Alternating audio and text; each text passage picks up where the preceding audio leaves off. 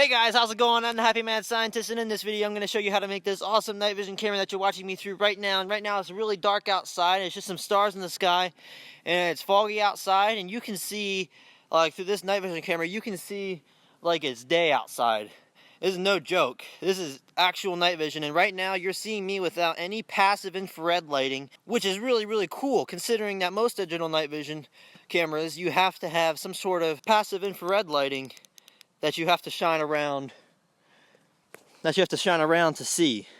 But this thing, it doesn't need it.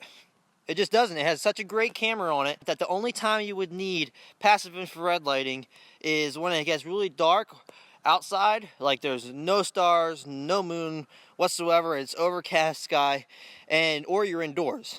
So you're thinking, Josiah, how much does this thing cost? Night vision optics on the market you can buy for like $1,300, $1,400, $2,000, $4,000, $8,000, whatever.